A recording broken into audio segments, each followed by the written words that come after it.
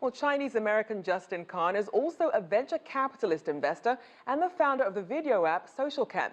Mark met with Kan and asked what he learned from broadcasting his life online with Justin.tv back in 2007. We started Justin TV as another idea. It was really more of a project than a company, although we started it as a company. Helped us with learning how to raise money. We raised money for it. We launched it as a show. We tried to scale it as a series of shows.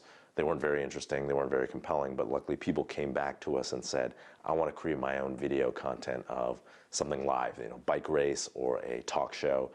And so we ended up building a platform for that, and that's what really got us our start as a building video startups.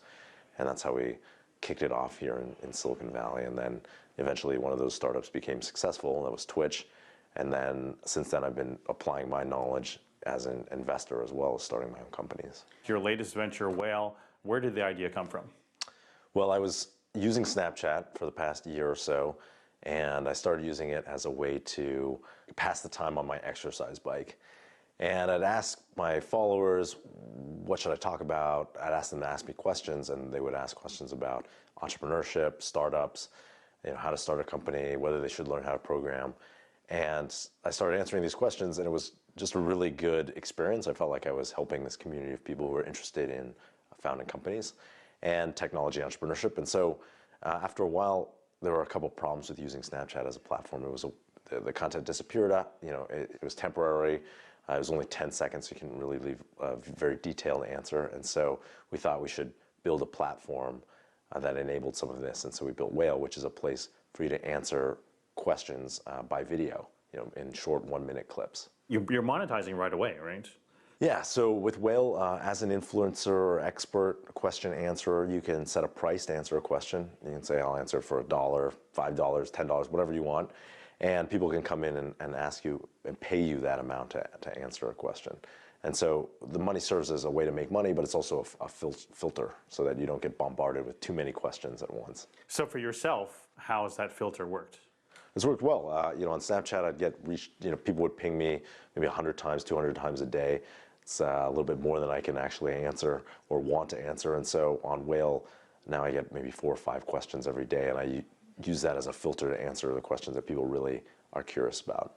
In the long run, how do you see this shaping up? Yeah, our goal is to make a platform for video, a community around video where people are answering and asking each other questions, and there's video interactions.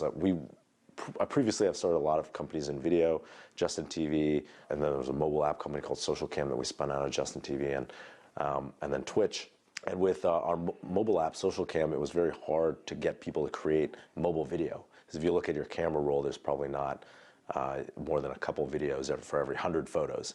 And one of the reasons is people don't know what to take video of, and I think that the Q&A format kind of solves that, because if someone's asking you a question like, how did you get your start as a reporter? You naturally have an answer to that. You have something that you can record, and it's very natural to just be able to record it right from your phone. Quora has been around for some time, trying to answer questions. Funda from WeChat is also available. Did those two mediums or apps inspire your app? Definitely. Quora's been around since 2010, I think, and it's some people say we're like Quora for Snapchat, Snapchat generation. And so I think there's a little bit of inspiration there. And Fenda also had I think this unique pay for an answer model, and we looked at that as well. Yeah. Did that prove that people were willing to pay? I think it proved that people were willing to pay, and people were willing to they were willing to consume like a media. This Fenda is audio, it's not video, but people were willing to consume a media answer that's not just text. You're a longtime Silicon Valley veteran now, so how is China and Silicon Valley influencing each other? Yeah, I think there's more innovation coming out of companies in China now than say 10 years ago or 5 years ago. More new ideas are starting in China. So anything from these bike sharing startups that are really popular right now to apps like Fenda, kind of inspiring Whale, or apps like Musical.ly, which target the West but are primarily developed in China. I think that there's more and more innovation that's happening in China that's coming over here. And bringing that back to Whale, right now it's mostly technology experts, right? What areas do you want it to hit? So we're using technology, the tech sector, tech experts as basically a testing ground. Our goal is to build it from here, and really once people are highly engaged, they're using it, they like the app, then we'll try to add other verticals on it. But right now, I'd say we're testing with a small, a narrow niche, because if it works for this, we think it'll work for other areas.